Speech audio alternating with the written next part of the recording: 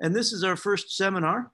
And we're very happy today to have Justin Lin and Haipeng Xing. Justin, I'm sure you all know about. Justin's done many things throughout his career. He's founded the School of Development at Peking University, and also more recently, the Institute for New Structural Economics. So structural transformation is something very dear to Justin's heart. Of course, he's a former chief economist at the World Bank. Haipeng Xing is at SUNY Stony Brook, just recently promoted to full professor. So congratulations are in order there. And Haipeng is a statistician, but he's done a lot of work in economics, especially recently. So I'll just turn it over then. Justin, do you want to start? Okay, thank you very much for the introduction, and certainly for inviting us to give the first seminar at the Structural Transformation and Economic Growth programs. And I'll make an introduction to explain the motivation of our paper. And then Professor Xing will explain the technical part of this paper. And as the paper shows, we are going to talk about the structural transformation. And I think a structural transformation is important because before the modern times, the world was poor. And from today's point of view, the world was flat because the difference of income gap between the advanced part of the world in Europe and the rest of the world was actually quite small, especially from today's point of view. And at that time, the world was also, stagnant because the income growth was almost none, and the economic growth in a country was mainly driven by population growth. But after the 18th century, some part of the world, especially in the Western Europe and later on the North America, they started to take off, growing dynamically. And so we observed the great divergence in the world. And to achieve dynamic economic growth certainly is a dream for every country. For the advanced countries, certainly they want to have the growth to create a job and to getting richer and maintain their leadership. And for the other part of the world, especially like our structural transformation and economic growth program concern, the developing world, the low-income country, they would like to have a dynamic economic growth for generation job, reduce poverty, to catch up the high-income country, to enjoy the same prosperity as in the high-income country. And although after the Second World War, the developing country, most of them getting political independent, started to have their modernization drive. But so far, only a few of them has been successful. You know that so far only 2 economies to move from low income to high income. One is South Korea, the other one is Taiwan, China. And the mainland China may become the third one to move from low income to high income by the time of 2025. And so this kind of performances certainly is disappointing and attract a lot of attention. I think all the participants tonight or today are interested in this topic. But if we want to promote dynamic economic growth, certainly we need to understand the nature of the dynamic economic growth and what are the determinants of the dynamic economic growth.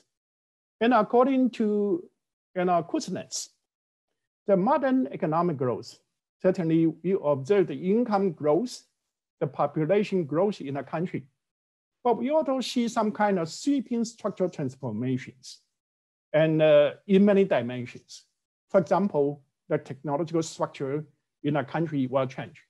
from the traditional technology, which generated mainly by experiences of the farmers or the workers or the masters, to the modern technological innovations generated mostly in laboratory by scientists.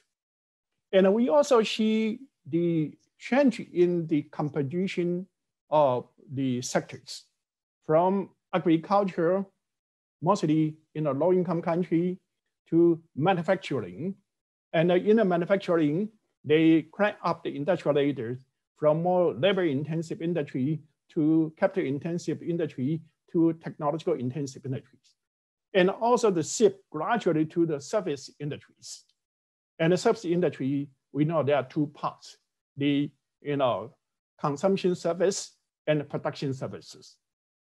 And we also see the population structural changes from rural areas to urban area. And so it's a process of urbanization. And at the same time, the infrastructure of the country changes. In the agriculture, you need to have irrigation if you want to apply the modern technologies. And if you want to have the manufacturing, you need to have power supply, road network, port facilities, and telecommunication, and so on. And not only in this kind of economically related, we also see the change in the social institutions. For example, to change from the household-based social security security system, gradually to have the social security system, and also the finance from the informal finance to the formal financial arrangement, like banking, like equity markets, and certainly legal system will also change. And a political institution also change from monarchy to democracy, from more authoritarian regime to more democratic regimes. And then people's preference, value, identities will also change in this process. And all these are substructure or constituent structure of the overall structure. And in this process of modern economic growth, we see sweeping changes in all dimensions of these structures. And certainly there are many historical and empirical studies of structural transformation, in the modern times. I mentioned about the Kuznets. Certainly, he was famous for that. But in addition to that, we can see Gershon Kron to study the catching up process in the European countries after the Industrial Revolution, how the Industrial Revolution affect the productivity and the structural transformation from the Western Europe gradually to the Central Europe and to the Eastern Europe. And also Akamatsu to study the structural transformation in Japan itself, the 5-inch pattern in the industrial sectors, and also to the Eastern Asian economies, how the changes in Japan affect the structural transformation in other Eastern Asian countries, economies. And recently, like in 2008, the Growth Commission released its report and to study the certain dynamic growing economies after the Second World War, they reached 7% or more growth rate continuously for 25 or more years. And for these certain economies, you can observe very dynamic structural transformation, not only in the sector composition, but also in the hard infrastructure and institution in those successful economies. And African Center for Economic Transformation in 2014 released an African Transformation Report. And in this report, to study what are the barriers for the structural transformation in African country, causing the lagging behind in African country. And last year, Deepak Naya released a book, it's a collection of articles called the Asian Transformation to trace the transformation in the Asian country. And so there's a lot of historical empirical studies about the structural transformation. And in the theoretical literature so far, mostly focuses on technological innovations, technological diffusions, and changing economic composition, sector composition within a given structure. So far, we haven't seen theoretical models that try to capture the structural transformation from one industrial structure to the other industrial structure, and also from one economic structure to another economic structure, or political structure to another political structure. And our paper, I think the reason why we do not see the theoretical literature on the structural transformation, mainly we do not have the mathematical tool. And our paper try to provide or try to find a way to model the structural transformation. And in our paper, we propose a new method by combining the optimal control and optimal switching, and to generate the competitive equilibrium of resources allocation within one structure, that is static equilibrium and dynamic equilibrium. And also when condition is mature, it will change to another structure. So in our models, actually, we are going to have three equilibrium: static equilibrium, dynamic equilibrium, and a structure equilibrium. And before we discuss the model, we like to identify three attributes of economic structure. Certainly, we have the overall economic structures. Then we have the substructure or constituent structures, like industrial structure, infrastructures, banking structure, or the legal structure, political structures. And we find three attributes. The first one we call structurality. That means that all this overall structure and its constituency structure, they are connected with the others in some kind of organic relations. And each structure has some kind of specific characteristics and also perform certain functions, but they all work together in a connected, organic way in the overall structure. And the second attribute is the rationalities. The overall structure and each of its constituents in the economy, they will not change instantaneously. They will stay stable for a certain period of time. And this kind of duration for their stability will be different from one structure, one constituent structure to the other one. For example, if we compare industrial structure, it will change faster than, say, the social institution or financial structures. And a financial structure may stay stable than political structure. So this kind of durationality means that its substructure has stayed stable a certain time. They will not change instantaneously. But the length of their stability will be different from one structure, one constituent structure to the other constituent structure. And the third property is transformality. All the structures can be transformed. Not only the individual structure can be transformed, the overall structure can also be transformed when condition is mature. So this kind of transformation actually is endogenous, and we want to model all these three properties in our approach.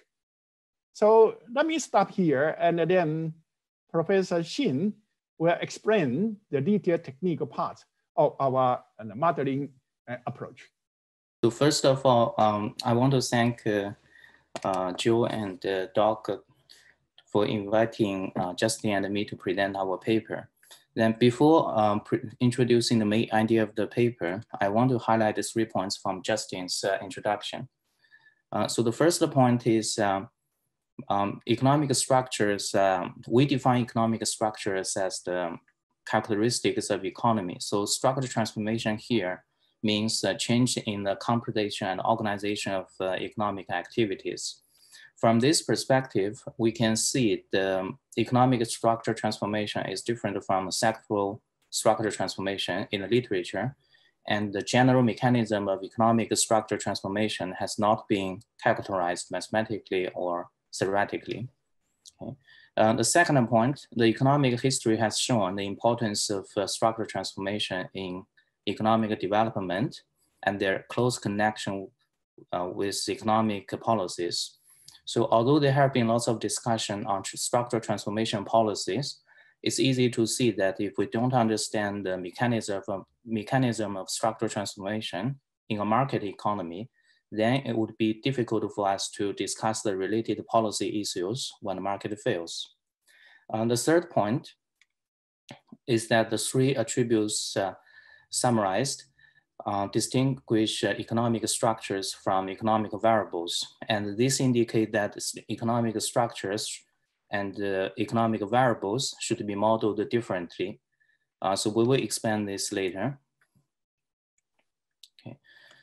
Then next, I'm going to introduce our endogenous structural transformation, or EST model, that involve both structural transformation and resource allocation in a market economy. The discussion will be proceed with the following questions.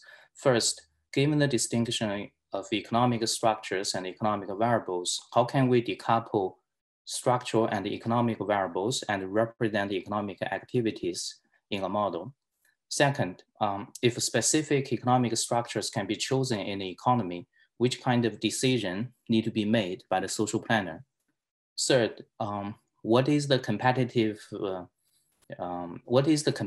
equilibrium when the structure of the economy have changes? Or generally, how should we characterize the relationship between structural transformation and the competitive equilibrium in an economy? In connection to these issues, I also briefly discuss 2 implications of the EST method to economic studies. The first is how to embed existing growth models into the EST framework to obtain stage-wise the growth models. Second, how to use the EST method to discuss structural changes of economic institutions, policies, and political institutions. Okay. So we now introduce a generic EST model in a new classical sense. Our model assumes the following. So all the assumptions in this page are same as the standard assumptions in classical economies.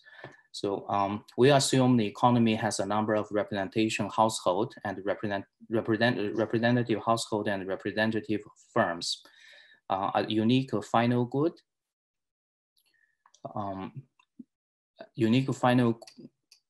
well, I'm not sure if you can see this. Well, a unique final good is produced by the aggregate production function YT, which use the capital stock, labor, and the technology. Among these factors, the labor increase exponentially, and technology given exogenously, and the capital accumulation is subject to the resource constraint. Okay. The consumption level maximizes the total discounted total utility, and the factor price are determined by the firms to maximize their profit.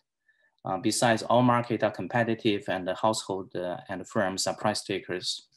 So these assumptions are same as those in a standard new classic growth model, but here we use different ways to represent these economic activities.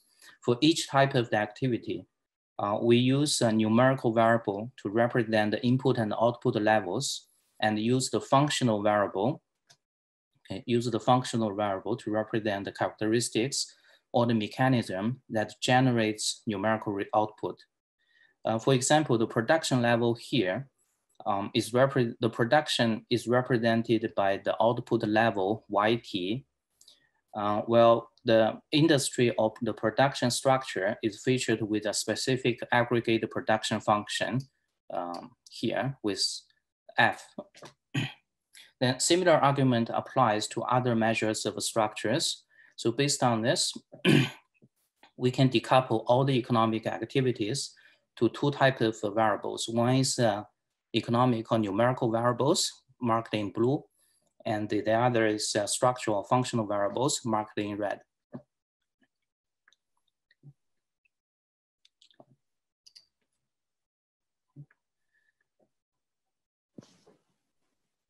Then besides the assumption on the last slide, we also have other assumptions.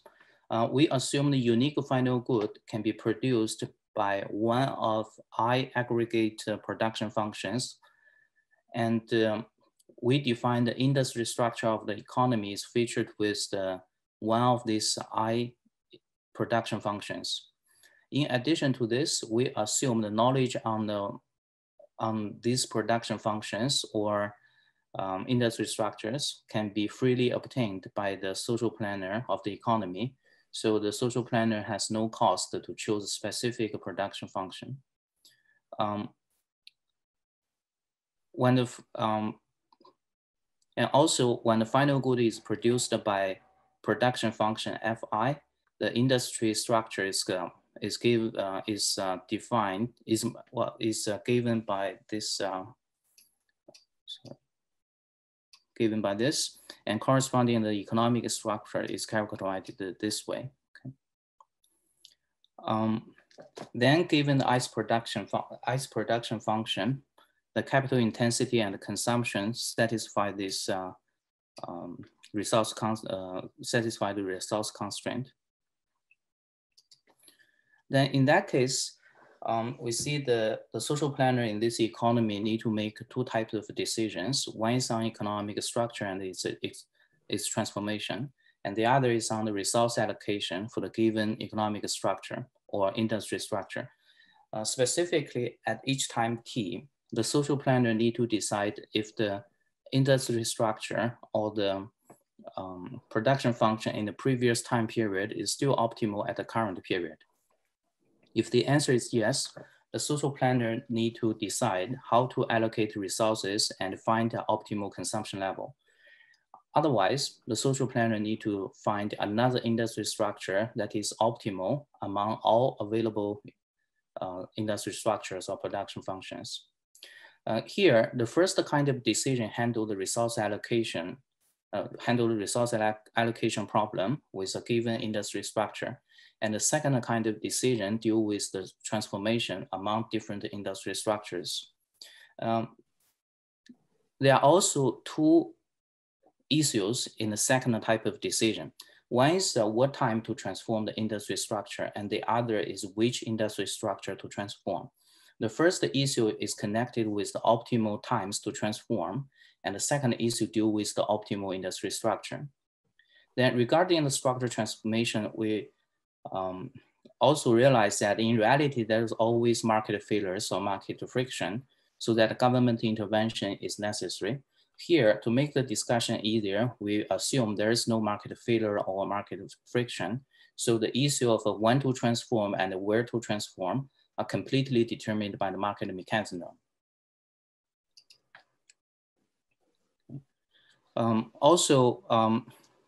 We introduced the notation, so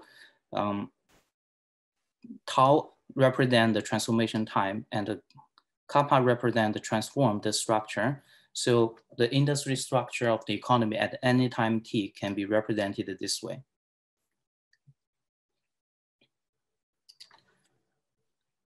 Then based on these assumptions, we can see that given the industry structure between two consecutive transformation times, the capital accumulation process can be expressed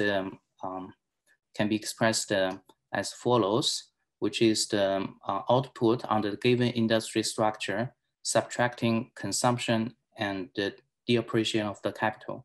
Besides, the continuity condition here should be satisfied at all transformation times. Then, given the industry structure and the capital intensity at time t, the initial time t, the social planner's objective is to maximize the discounted total utility by choosing a passive industry structure and a passive consumption. Note that although this maximization problem looks similar to that in the new classical growth model, or most dynamic macroeconomic models, they are actually completely different. In most macroeconomic models, the social planner only need to choose the level of numerical variables that's related to optimal resource allocation. So the maximization problem in these models can be mathematically solved by the optimal control theory. However, in our EST models, the social planner chose not only numerical variables, so numerical variables for resource allocation, but the functional variables for structural transformation. This indicates that the social planner's optimization problem is a combined infinite horizon optimal control and optimal switching problem. So we need a completely different control theory to solve this. We developed such theory in our paper, so we skip the technical details. Okay, then we get the following result. Okay. So using the theory developed in the paper, we show that the value function of the social planner's maximization problem satisfies the following Hamilton-Jacobi-Bellman equation and the quasi-variational inequality system. This equation system looks a little complicated, but its economic intuition is actually very clear. Let me explain this as follows. So first, the blue part of the system describes the resource allocation and the transitional dynamics of the economy for a given industry structure. It corresponds to the social planner's decision that the economic structure in the previous time period is still optimal at the current period, so that optimal resource allocation need to be determined. In contrast to this, the red part of the system compares the value function of different industry structures, and it gives the condition that a structure transformation should satisfy. It corresponds to the social planner's decision that economic structure in the previous time period is not optimal at the current period, so a better industry structure should be found. Then the maximization, the maximization outside the blue and the red parts means the social planner compares the decision of transforming or not transforming industry structures at time t. So we will give more discussions on the blue part and red part in the next two slides. Here, I want to give comments on the three special cases of the model. The first case is that if there is only one industry structure. So in this case, the social planner doesn't need to choose industry structure. So the red part is gone. And the equation system degenerates the class to the blue part only, which is the classic HGB equation in the new classic growth model. And this corresponds to most growth models that assume the economy has a single structure. The second case is that there are only two industry structures available to the social planner. Then the structure transformation problem here is equivalent to choosing transformation times. This means an economy knows clearly the current structure and the target industry structures. So she only needs to find the optimal entry and exit time for each structure. The third case is there are more than two structures available to the social planner. This is more close to the reality to developing countries in the reality. In such case, besides the optimal resource allocation, the social planner not only need to find the optimal structure for the economy, but also optimal entry and exit times for each structure. So this corresponds to the structure transformations in most of the developing countries. So now we discuss the competitive equilibrium in our model. So first we see that the solution to the HGB QVI equation system provide us passes of optimal consumption, capital intensity, factor prices, and also optimal structures. Then based on these optimal paths, we can define the competitive equilibrium in the EST model, which consists of 3 types of equilibrium. Let's first look at the first 2 types, the static and the dynamic equilibrium. This equilibrium corresponds to the case that optimal structure in the previous time period is still optimal at the current period. So the social planner only need to find the optimal resource allocation.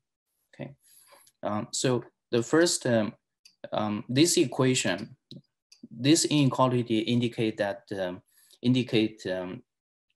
previous industry structure is still optimal at current time, and this is actually exactly same as the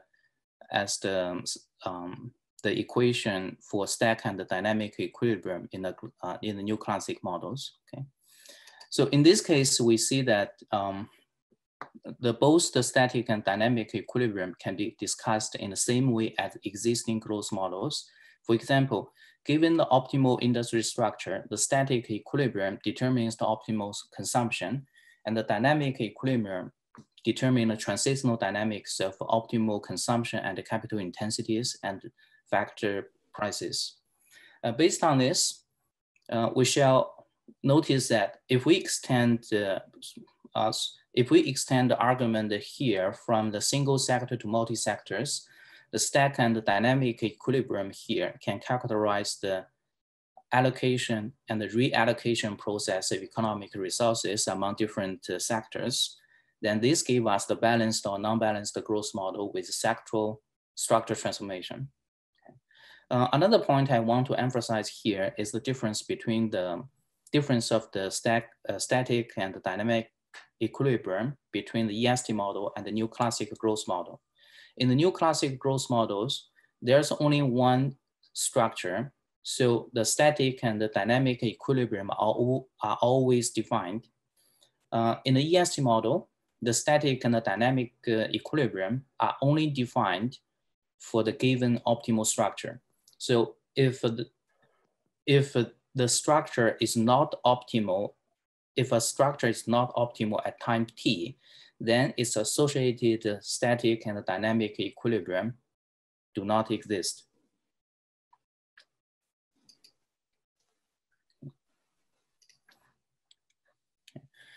So besides the static and the dynamic equilibrium that determine the resource allocation for the given optimal structure, the EST model also implied the existence a third equilibrium.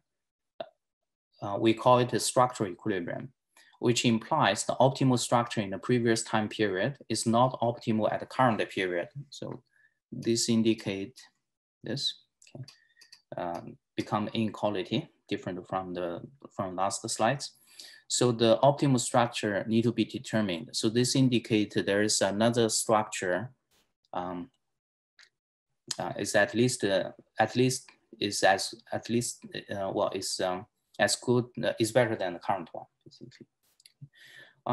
Note that the structural equilibrium has never been discussed in the existing literature. So this is because all existing growth models assume a single structure in the model. So the structural equilibrium never shows up in their competitive equilibrium. However, if we incorporate multiple structures and allow transformation, if we incorporate multiple structures and transformations into the system, the structural equilibrium naturally appeared and provide us optimal paths of structures. Based on this, beside this, I also want to point out 3 points implied by the EST model. So the detailed discussion of this point can be found in the paper. First of all, the optimal industry structure or generally economic structure at time t can be expressed as a function of time t and capital intensity. So this implies the optimal economic structures are endogenous to the factor endowments of the economy. Okay.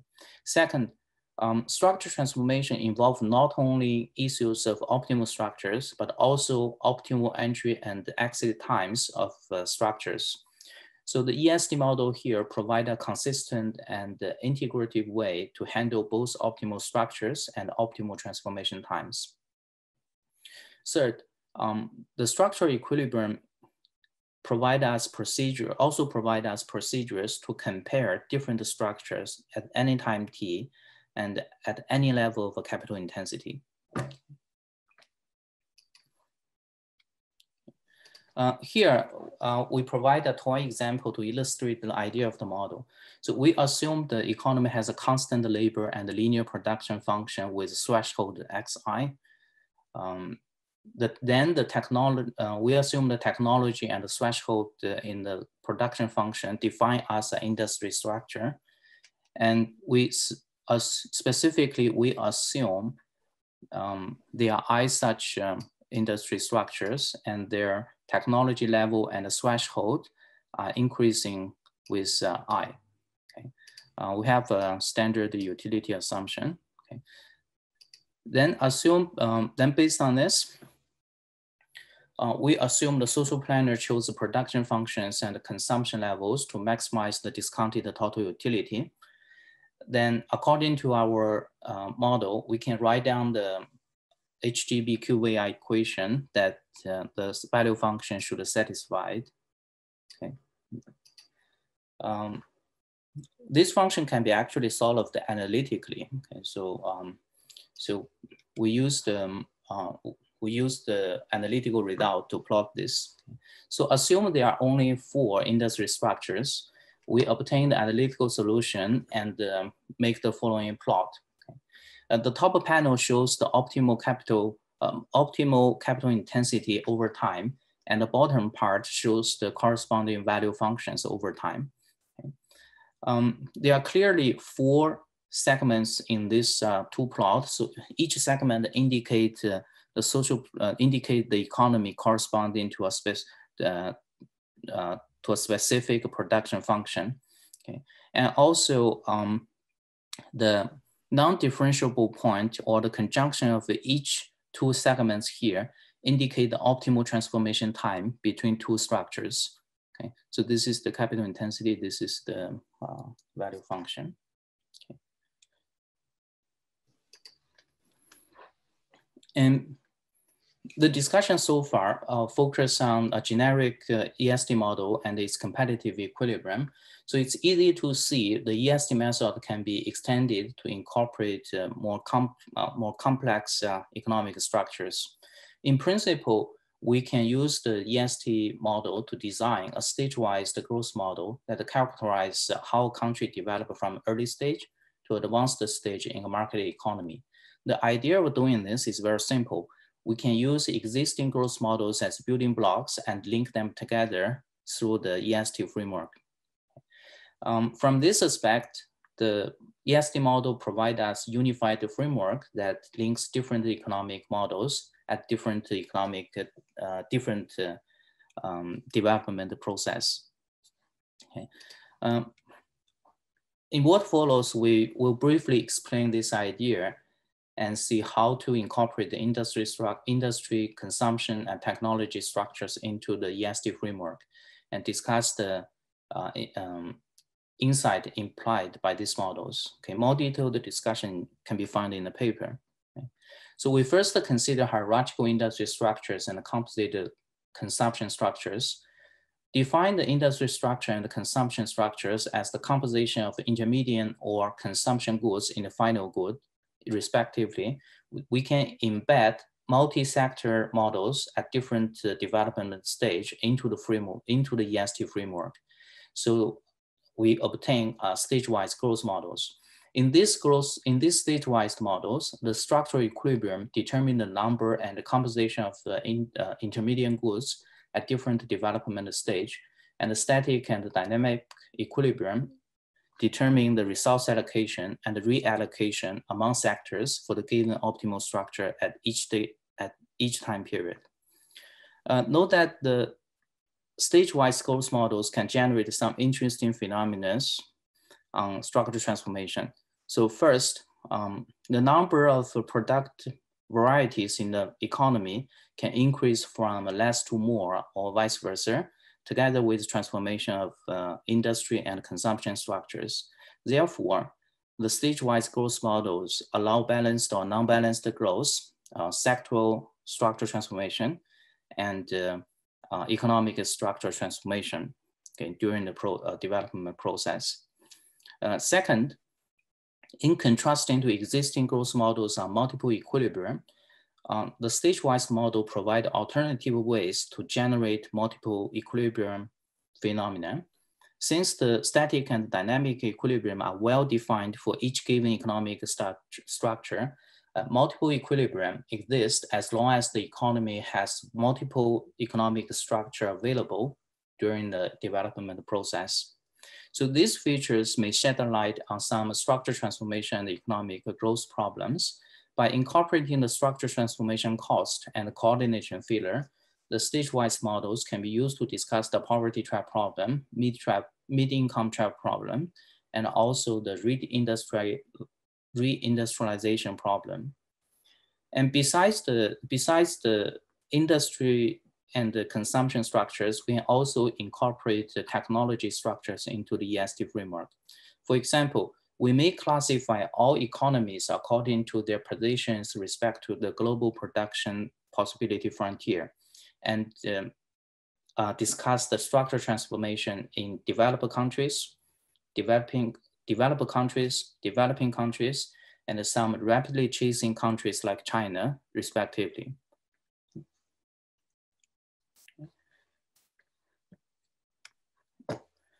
Having discussed the industry consumption and technology structure in the EST model, we now briefly discuss the implication of the model on infrastructure, economic, and political institutions.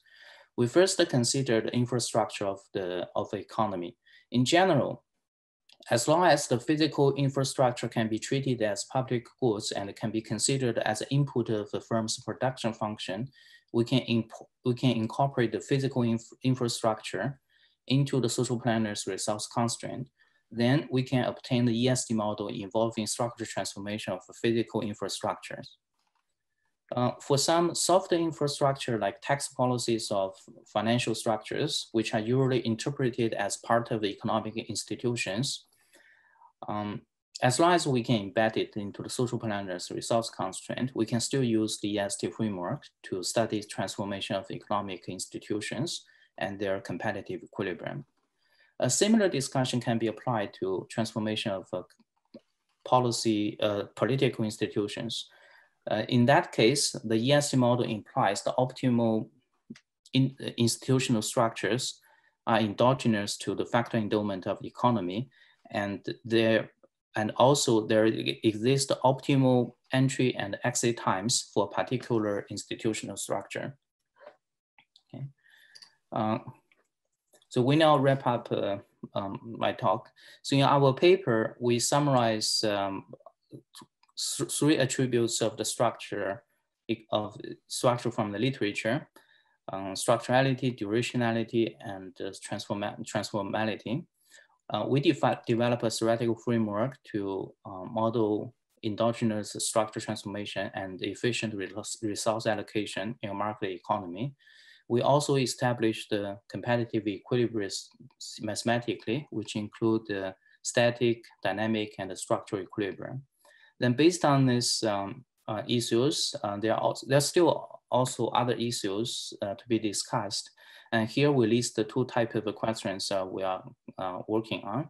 So first, besides the structure discussed in the paper,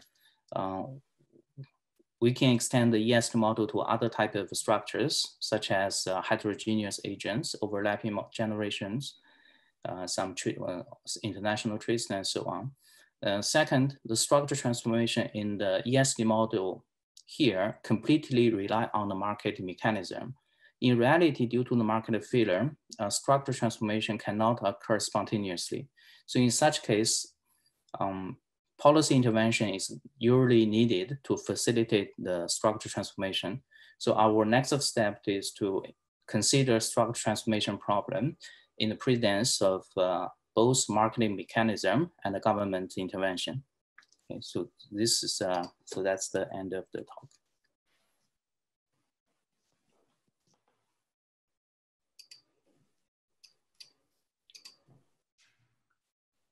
Thank you very much, Haipeng and Justin, for the very interesting paper. Justin, did you want to follow up at all with any policy, more policy thoughts, or should I open it up to Q&A? Just very brief. Certainly, let's try to propose a methodology that we can model the structural transformations. And this is a generic model. And so we did not bring in the friction and also externality issue, coordination issue in a structural transformation. But I think this approach can incorporate all those dimensions and to bring in all the interesting aspects of economic development in your project and so on. And so this is first stage. And certainly we like to see the feedbacks and the comments for further improvement.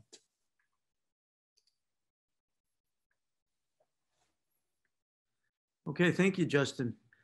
I guess we have a couple of questions. I was going to start with some of my own. I'm not exactly, Haipeng, I'm not exactly sure I followed everything in the model. Okay. So you might have to correct me. But this theta is a sort of a production from what I gathered, this theta is a production technology. And then the economy goes through a series of switching technologies. And these technologies are ordered in some way. It seems that the model itself is somewhat general or agnostic as to how these technologies are ordered. I guess one in the toy example that you did, it was by fixed costs. I guess another way would be maybe in like the Lin and Wang paper of capital intensity, the JME paper. It could be another way that they're ordered. But I guess one of the key things is that I was trying to think about a series of many discrete technologies versus just a single sort of meta technology that you substitute through. And I guess the big difference there is the smooth, in a meta technology, you'd have smooth transformations, whereas in your paper, you're going to have sort of discontinuities. First of all, is that a fair assessment of how to think about this so far? And then I guess my thought was whether in real economies, of course, certain industries dominate. And I want to think about industries as being kind of the empirical counterpart of your technologies or structures. Certain industries dominate, but there's always a distribution. So you're not ever producing just a single industry. And would that smooth out the discontinuities that are sort of at the heart of your switching from one technology to another?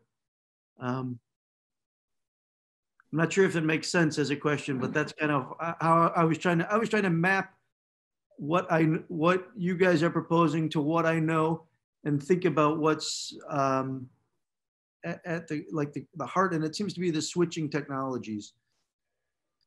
Well, that's one. Haipeng, maybe I respond first, and you can also supplement my comments. I think that one way to envision the use of this model, you may switch from one type of technology to the other type of technology.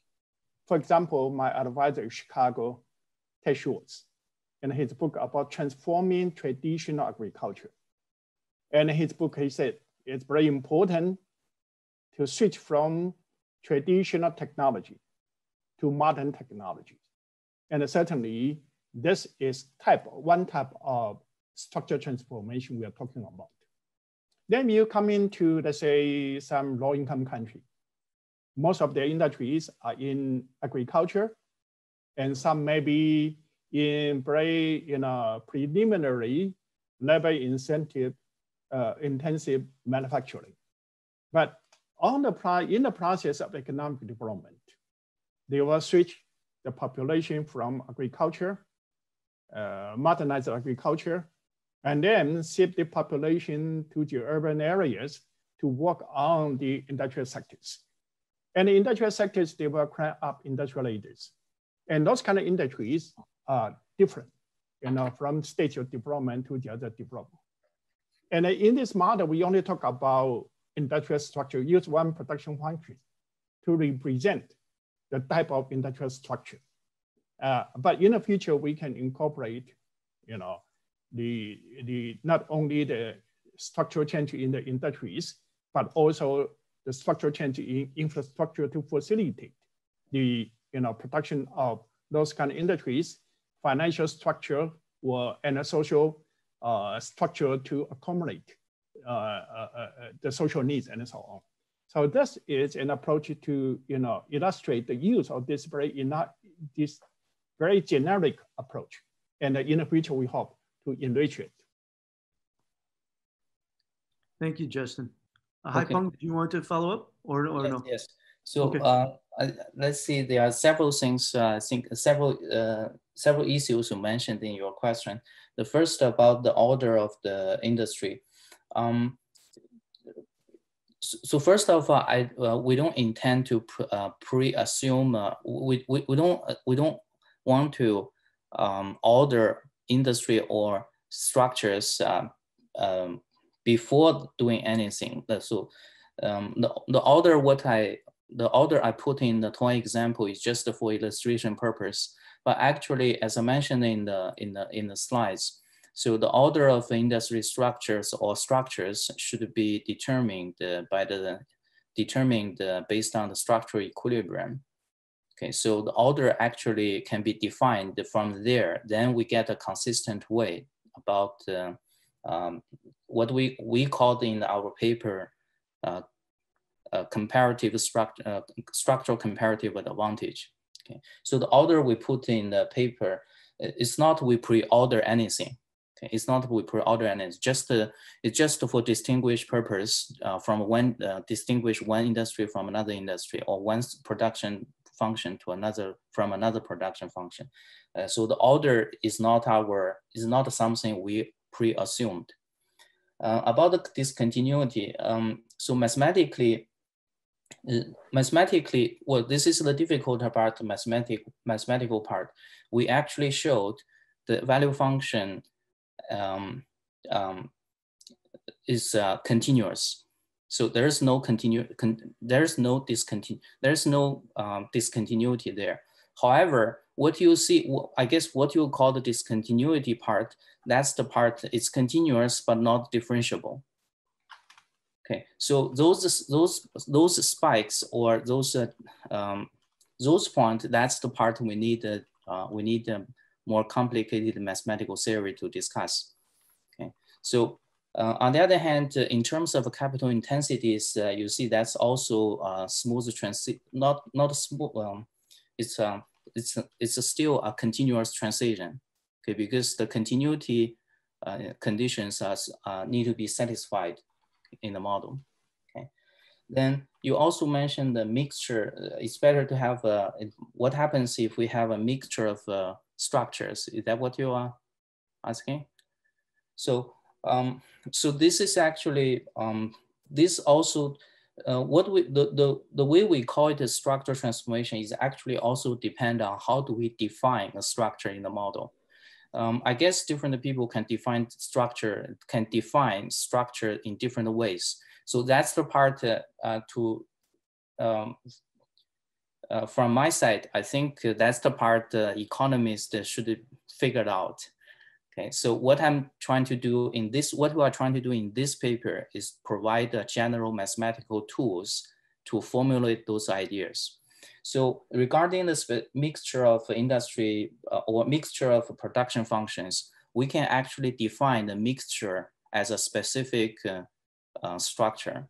So we can the economy can transform from a mixture, from one type of a mixture to another type of a mixture. So if we define that way, that's the structural transformation we mean, and that's more close to reality. So we're not talking about the single production function transformation. So the part we give is just an example. And actually, the multi-sector models we talk about in the later part of the paper, I think related to what you are asking. I was curious on that front then, is it important to have finite number of structures rather than a continuum of structures? It's finite number is the structure is, we need a finite number of a structure, or technically it's countable, yes. Yeah. Okay, let's, there's some questions that are in the chat and I'm going to invite, so we have Felipe. Let me go in the order that they came in. Marcus had a question. We'll follow that up with Adrian, and then we'll follow that up with Felipe. Yeah, thanks. Yeah, very interesting. So I will be short because I think my question overlaps a lot with what Joe already asked. So I was wondering if you have, let's say, different production functions at the same time, right? And you don't have to choose only one that you use, but you allocate your resources to those different production functions. That would still allow you to put all the resources on one production function only, right? But it would make for a smoother problem. Plus, it might be easier to map to data, right? So I was wondering why you didn't go that way. That's one thing. And the second thing is, maybe in asking this question, I'm thinking too much in terms of production functions. So in the introduction, you thought about kind of other aspects of structures too. So maybe you're getting all these questions about production functions, and it would be maybe helpful in the presentation to highlight a bit the other kinds of structural aspects that that might be chosen, where maybe it's less reasonable to think that we could choose several at the same time. Okay. So about the first question, so if you allow multiple structures, as I mentioned in the talk, that's actually the problem you ask can already be addressed by the balanced or non-balanced growth models. So, but even for non-balanced growth model, there are still the transformation issues in our sense. For example, if you have a three sector models, the composition of the three sectors also change or can also change periodically. So that's what we are talking about, structure change. But if you fix the composition of the sectors, but if you fix the composition of sectors, that's what the balanced or non-balanced growth model discussed. Cool. Okay. So we distinguish these two issues here. One is called the sectoral structure transformation, and the other is called the economic structure transformation. This is your first one. What is your second question? Can you repeat it again? So in your presentation, the example you gave was the structures in the example were production functions, right? And this is why we're all kind of thinking about sectors and like Malthus to Solo and stuff like that. But maybe if you presented it in terms of like different structures, you know, it would be clearer why you want to have only one at a time. In the paper, because we don't in the paper we actually provide several discussions about other issues. I think one interesting example is we'll talk about the technology structures, the change of the technology structures. I mentioned in the slides that we can incorporate the technology adoption and R&D into the structural transformation. So in that case, we get some interesting result. A particular interesting part is to study what do we call the rapidly chasing economies like China's. Okay, so we know that there's lots of discussion in these days about the decoupling between China and the States, right? So most of us focus on the technology side. So so in our paper, we have a small discussion about such case. So the country near the global production possibility frontier. Okay, so in that case, it's difficult to get the new technology in a relatively small cost. Okay, but so it's the country face the transition from a technology adoption to R&D oriented economies. So I guess if you want some some specific or some specific examples, like which are uniquely, can be uniquely determined, explained by our model. I think this is a typical example. So in that model, in the paper, we describe this. We gave the equation. We gave the equation and we describe this problem and then provide the discussion on that. Okay, but in the talk, it's just too complicated to go that far. Okay, so we only explain the idea using production functions. Okay, and also speaking about there's also another example in the paper or discussion regarding the mixture, regarding the combination of economic institutions and political institutions, and we mentioned the intuition of the implication of our model to the case of like the philosophy of China's economic reform and the Russia's economic reform. Okay, two completely different paths can be consistently discussed by this framework. Okay, that's in section. I think let's see. Well, that's in the section 6.5. Okay, you can find the discussion there. Again, it's too difficult for us to present that far. So we focus on the main idea of the model.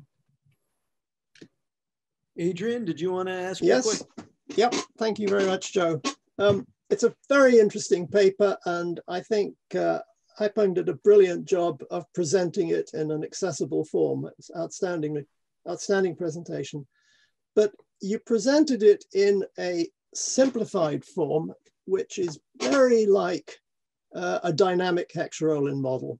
And I've given the references in a note, but a brilliant paper by Anne Kruger in 1977 and a Lima paper in the JPE in 1984, exploiting the fact that basically multi-cone hexarollin models, as countries accumulate capital, they switch from cone to cone. And in each cone, you have a different set of industries in which you can produce efficiently. And so you have a different allocation, efficient resource allocation problem. Now, I mean, your model is actually much more general than this, but this particular dimension of it is so similar to dynamic capital-driven hexarollin models. Thank you. So I have to say I didn't realize this reference, but technically, so from the technical part, actually the mathematical, if we just remove the economic content here and just to consider the mathematical part, this is a combined optimal switching and optimal control problem in infinite horizon. So from a control side or mathematical part, this problem has never been solved yet.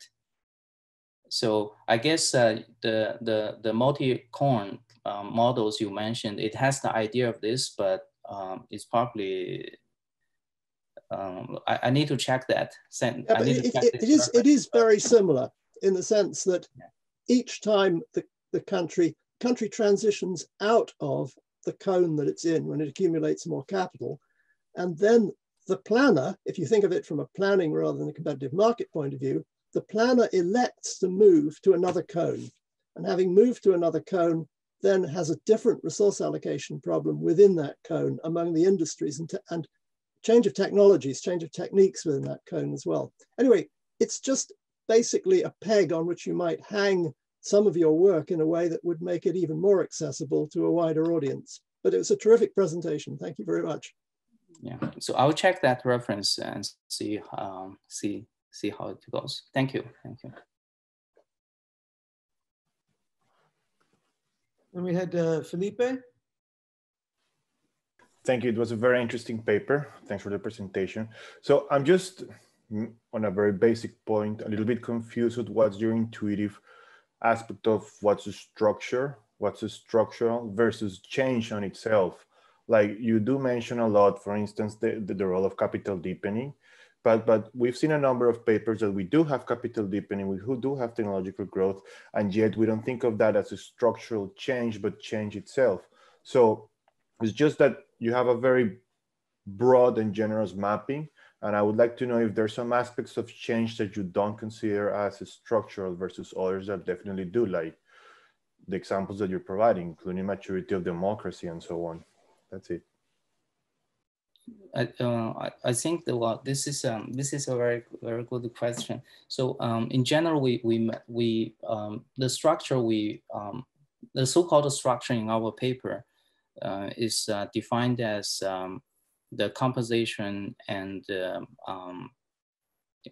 composition or the characteristic of activities, economic activities. So in principle, the specific concept of structures should be defined for specific problems. Okay, so you mentioned about these political issues. So they are, put in another way, there are lots of, I think there's some models in political economy can be reconsidered using this framework. I guess, for example, you know we know the Asimoglu's paper about Democrat,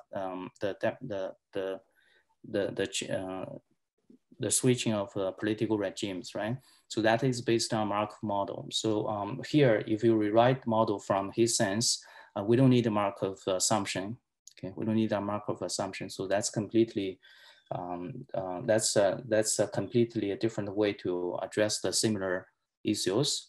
But concerning the problem, the question that is there anything like we cannot define that as structure? There is still something unsolved yet, okay? Because for example, the reason we have this countable number of structures is that we cannot actually do this continuously, okay, continuously. But if we look at the current literature, when people assume, there are some discussions assuming endogenous structural transformation in the following ways. So just like the production function or the accumulation, the capital accumulation process, dynamics of structures are pre-assumed in the model. Okay, so that's another way, but our model cannot characterize that type of structures. Okay, but on the other hand, the downside of that way is also clear because you need to know exactly how the structure transformed to the next stage. Okay, so if you let me also provide some input. In the paper, we distinguish the economic variables and economic structures. And for the economic variables, like capital, labor force, human capitals. But economic structures is some kind of features of the economy. For example, the factor endowment structure. In some countries, they are more relatively abundant in capital. In some countries, they are more relatively abundant in labor force. So you have factor endowment structure. And also we have the industrial structures.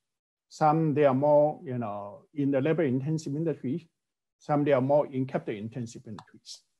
And also we have some institutions.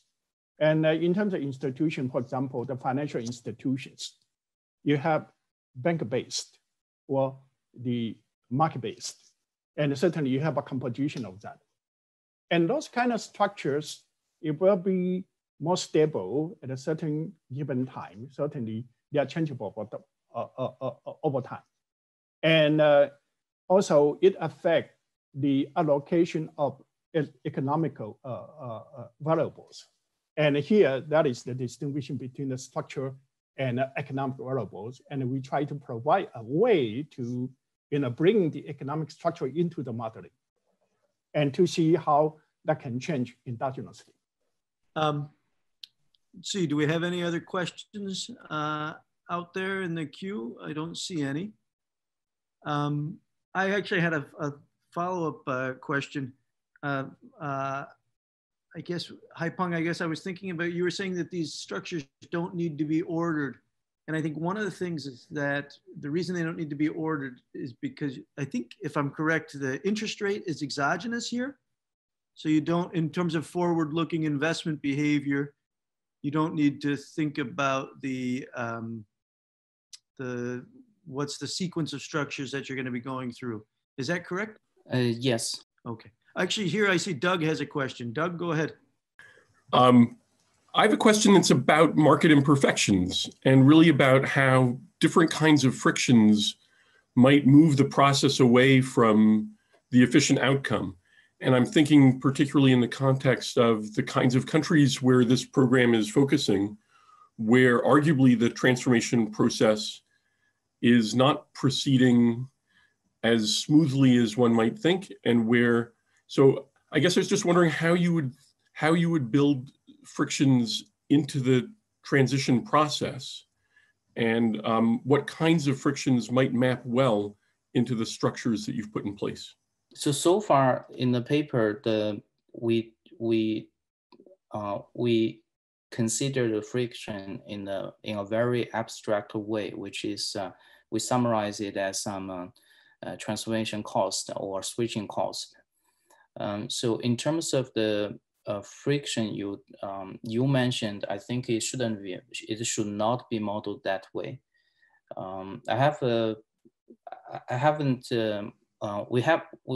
We haven't completely thought through about this, but the basic idea is the following. So for the frictions we talk about,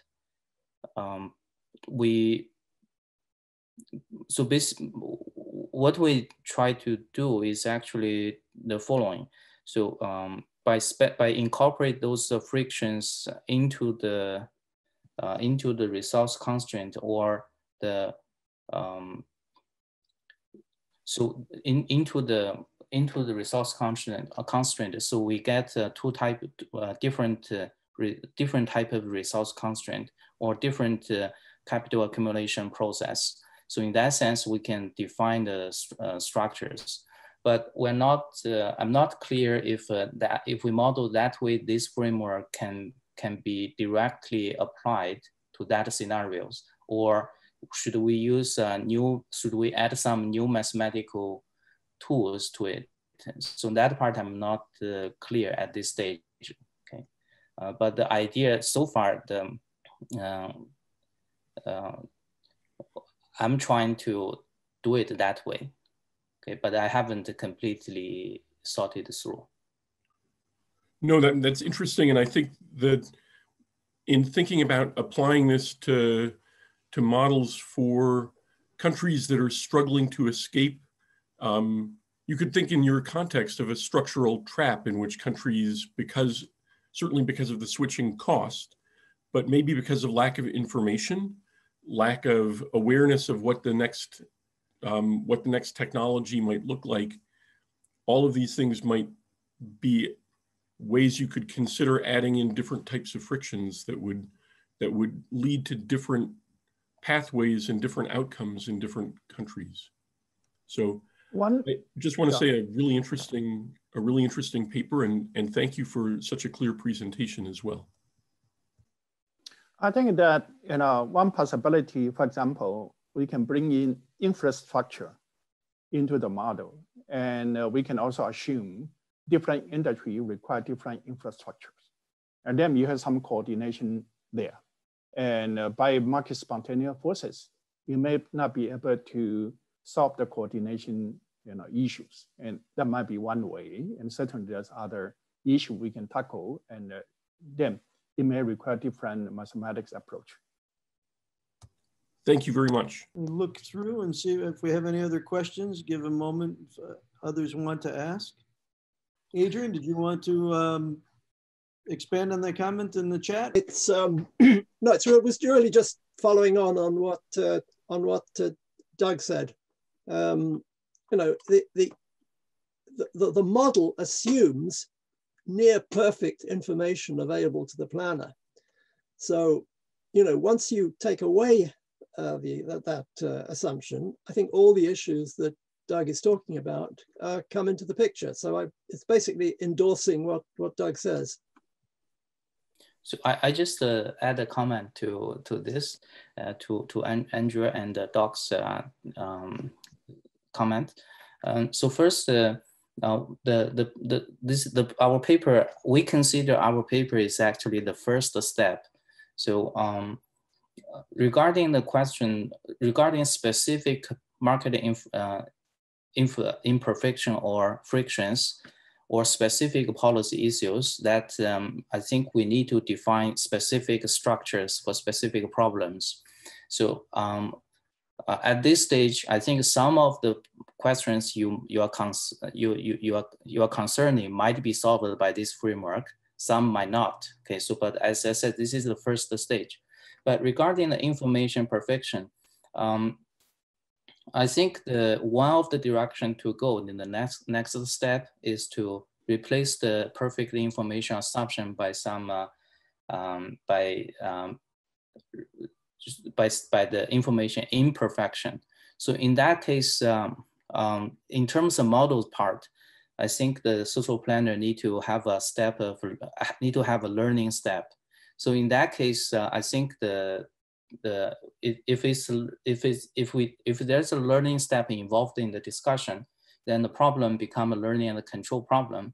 So I think, okay, as I read some literatures on the learning and the control issues regarding the monetary policies. So some techniques can be borrowed from there to this. But as I said, this is the first step. We haven't get that far.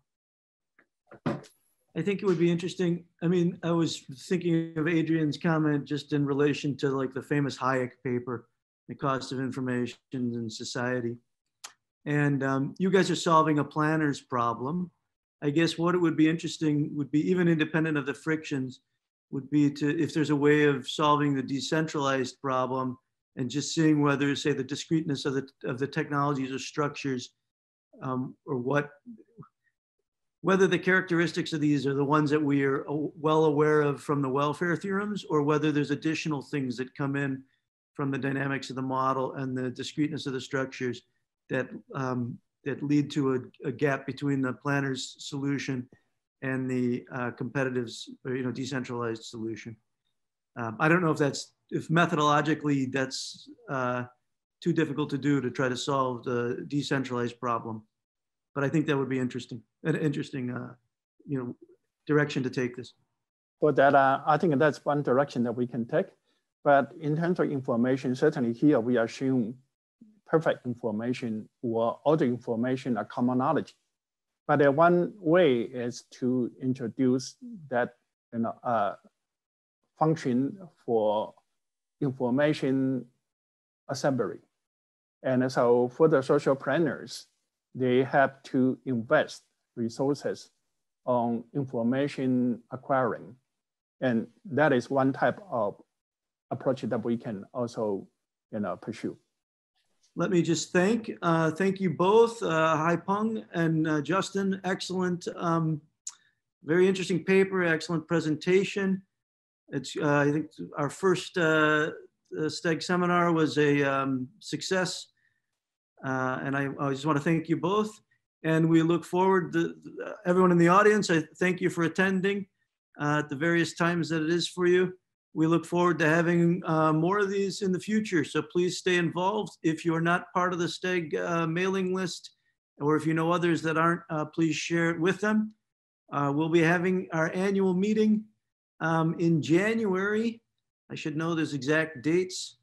Let me see. 14th to 15th. 14th to the 15th. So we look forward to seeing many of you, or all of you, then. Okay. All right, thank you very much for all of you for very nice feedbacks. And the purpose of this webinar is to get comments and a suggestion for further improvement. And we try to do that in several rounds. And today, I think all the comments and recommendation are very helpful. And thank you very much for your participation. Thank you very much for the questions. I think if you have other comments, you can send to the email in the paper, email address in the paper. Okay, so This is the first step. I mean, there are still lots of unsolved issues. So any comments are welcome. And I think Lauren shared the link to the paper itself, which is more in depth, obviously, than you can go in a short presentation. Okay, thank you very much then. Thank you.